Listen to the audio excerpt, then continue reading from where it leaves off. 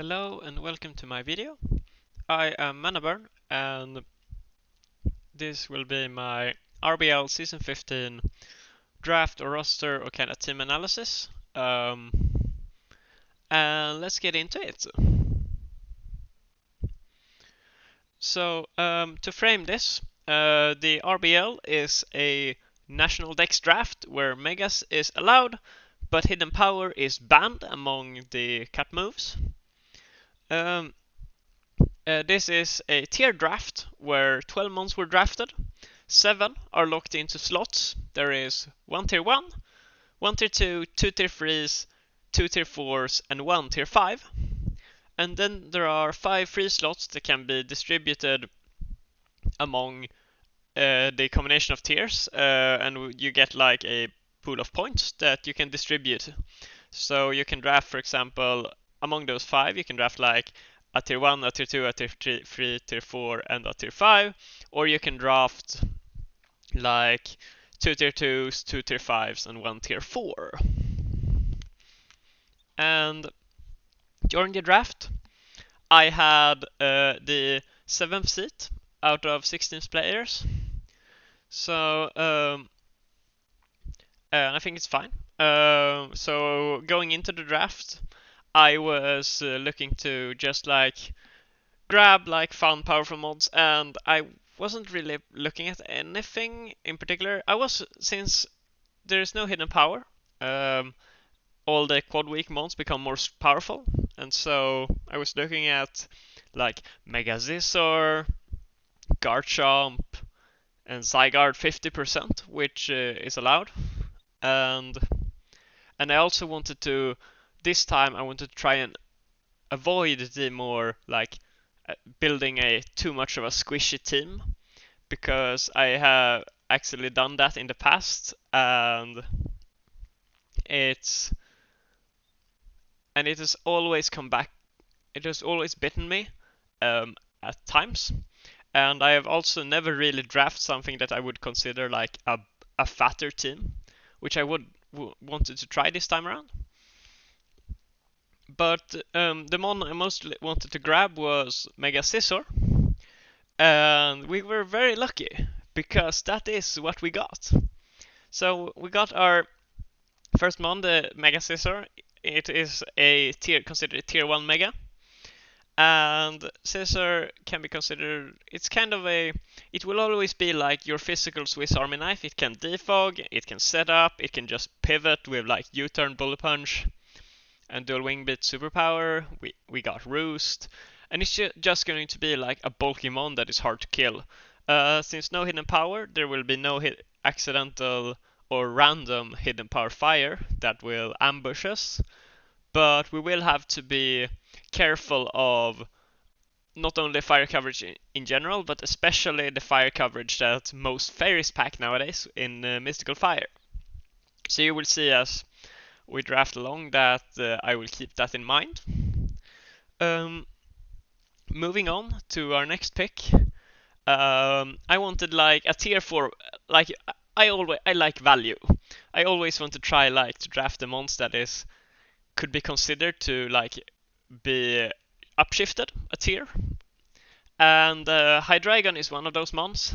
This was a tier 2 Hydreigon, and I was looking at grabbing this, Gliscor, or Slowbro were the mons I was looking for.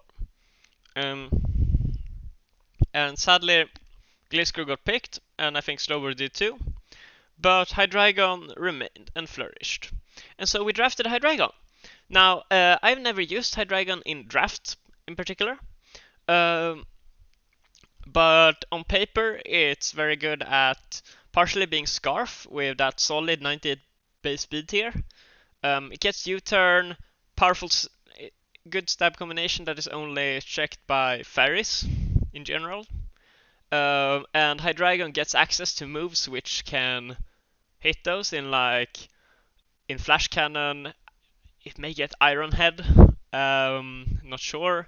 And if you want to be very not say spicy, but creative. You can also run like a berry belch variant. Mm. And then we also get like another defogger. It's also a dragon type that can actually help to deal with fire types that attack Mega Scizor. And another ground immunity. I really wanted to like stack up on defoggers or like hazard removers and ground immunities or slash resistances as much as I could, because those are things that I usually end up having to, when I team build in other games, I've had to, it has felt like a sacrifice to like have to bring like your levitating mon or your flying type, and I kind of wanted to like avoid those kinds of pitfalls, or try to, and see what happens. It will be an experiment. And so we drafted Hydreigon. Next up, I was looking at improving, like getting a fast mon. All the fast mons that are like kind of decent become premium because of how good the speed stat is, or how important it is. And like looking at the draft, like Zerora had gone, Dragapult of course. There were also, I think both Lattis had gone, and the what's it called, Megalopane had gone. Like all the like really good fast mons, except there was a late Tapu Koko and a late Tornadus Ferian. So I was thinking that well, let me grab one of those while they're still available, because they are like premium tier 1s, and if they're still there, then I mean I won't pass it up.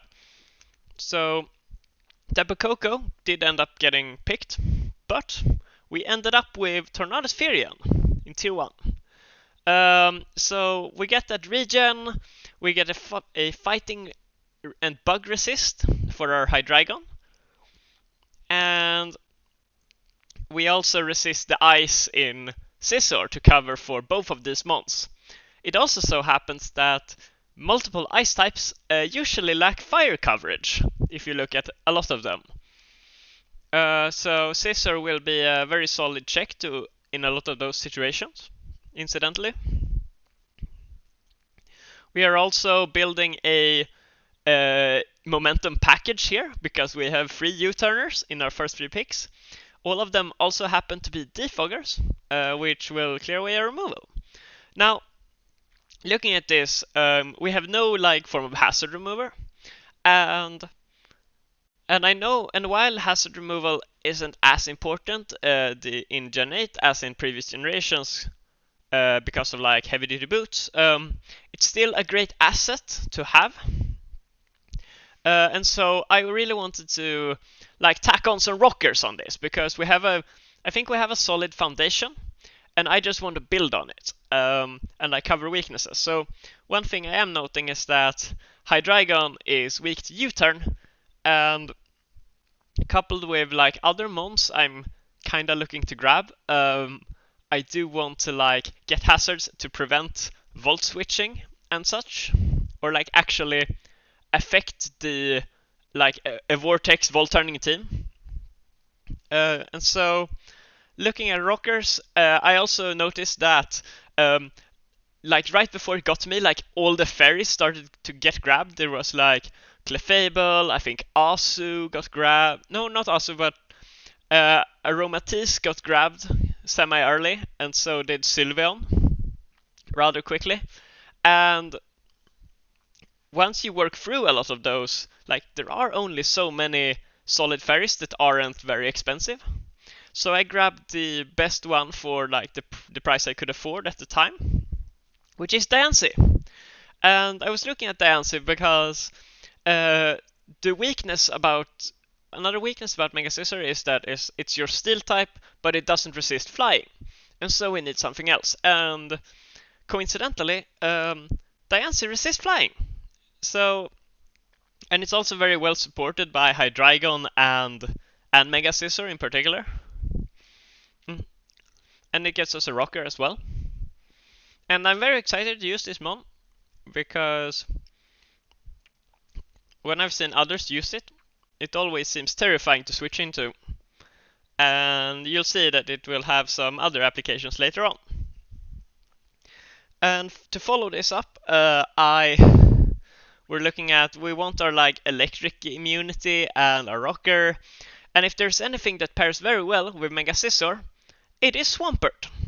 And because Swampert is quad weak to grass, Mega Scissor is quad weak to fire, they resist each other's very big weaknesses, and so they complement each other. You all know this. And to move on from this, I wanted an additional electric immunity. Not only that, to like not be forced to run the same mon every game, but also to get another rocker and a mon that could resist the both like the fairy fire combination, and that means that we are looking at a fire type. Now, like since we already have dark type, Incineroar loses value. There is also Entei and Arcanine, but I think Arcanine got drafted and Entei is like tier 2, which is kind of expensive. It's not a bad mon, but there are a lot better options. And so we drafted Alolan Marowak, yet another Stealth Rocker, which not only can switch in on a few fairy and fire attacks, it also punishes said fairies heavily, unless they are packing like Shadow Ball. Because if I have a Thick Club Marowak, I don't think my opponent wants to switch in on that, preferably. And we also happen to pack 3 of the most solid defoggers in the game to support it, and we're gonna tack on even more hazard removal as we go on. So I felt very good about this pick, actually. Now moving on from this, I was looking to improve like my speed tiers and like to like get my grass type to like fill this fire water grass core that we have started. And long term, I was looking to grab like one of the fat tier 5 normals, like Licky or what's it called, Audino for 2. Audino especially because it regens along with Torn. And they're also solid wish passers. Now both of them went very early because someone grabbed the Licky and the person directly after went with the oh my god, the Audino, right? And so, and I was like, and I really want a fat normal, like a wish passer, because I want to assist my not only Marowak but also Diancie and Swampert. And so I grabbed the best thing that was available, which was to me was Kangaskhan. It is a tier 4, which may be slightly expensive if you, depending on who you ask, but it was a low supply, high demand kind of thing, and it rises in value by then. And so we grabbed the Mega Kangaskhan to like stay in on the trends. I think it's fun to follow trends because you kind of get to pressure the other drafters a little bit, and it's kind of fun because you just grab the best thing available within like that certain category that is in demand at the moment. Moving on from there, the sad thing though was that we missed the pick at Mienshao, and it got sniped from us. And it's kind of bad because right now we don't really have a mon that is above 100 base speed that's also like a heavy hitter. And so to patch around this, we added like a neutralizing gas wheezing we thought about. Because like I hit a buddy up and gave me some tips, much appreciated, Ants. And the idea of wheezing is that we have neutralizing gas to stop some like mechanical benefits, like weather, for example. We also wanted to like haze and clear smog away annoying like calm mind mons. We also get T-spikes now, which is awesome. Grounded poison, another defogger. There are a lot of upside to like a tier 4 wheezing. But the speed thing is still on our minds, or on my mind. We're looking for something that is above 100 base speed that can hit hard. And so we grabbed Archeops, which was the best thing available at the time, or so I thought. You will see later in the video. But because basically both Verision and Mienshao had been drafted while I was like snatching that Kangaskhan up, so in hindsight maybe I should have waited. Um, but I'm I kind of like Archeops. I've used it like once, but it was very fun during that game. It hits incredibly hard. The speed tier of 110 hits is very fitting, appropriate. It fits right between Torn and Hydreigon slash Kangaskhan, which I enjoy a lot. And we get another rocker as well. To follow that up, we drafted Hitmonchan, which is a fighting type, because we don't have many rock resists, and Hitmonchan is a rapid spinner for our Marowak. I do want to keep hazards up, especially with like T-Spike's potential. And then we grabbed Trevenant. Now this may very well be a very sloppy pick, because it's yet another ghost. It's slow, and as a defensive grass type, Hydreigon is equally good, if not better, because it is a dragon type that levitates, that fulfills the same defensive roles as a grass type. I grabbed it because I felt that Trevenant was value at tier 5. But then in hindsight, I have decided to trade it away for the coming weeks. You will see later. And then we capped it off because with the tiers we have drafted thus far, we can afford one tier 2 as our final pick. And we got Galarian Slowking. I'm very excited to use this. It gives us a incredibly solid regen core with Tornado Spherian. It also gives us another fighting resist for Hydreigon, and it compensates for our Diancie not being able to resist fighting. And so I'm very excited. And the immediate transactions I made was we swapped Archeops for Aerodactyl, because a friend reminded me that they are actually in the same tier. And I do believe that Aerodactyl is strictly better than Archeops because it's way safer. You can afford to run like Banded Aerodactyl, for example, even if you want to compensate for lack of power. It's also way more solid in general. We can Dragon Dance as well.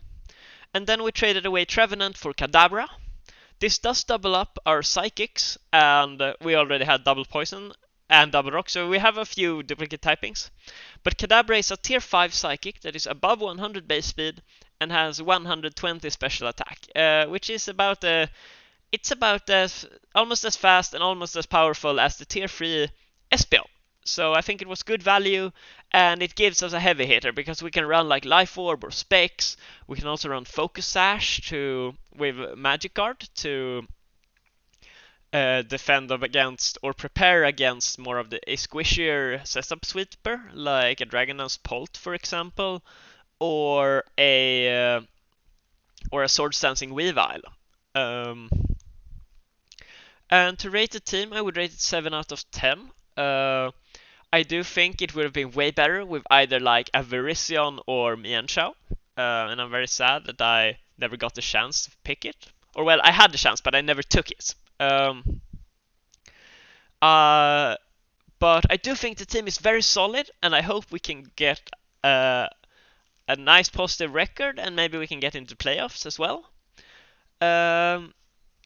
Thanks to Toff for holding my picks during the draft. Thanks to Ant for providing much needed feedback. They were the person that gave me some feedback when I hit them up. Very, very appreciated, much appreciated. And thanks to Maeve and Troy, my boys, and my support. And thank you for watching.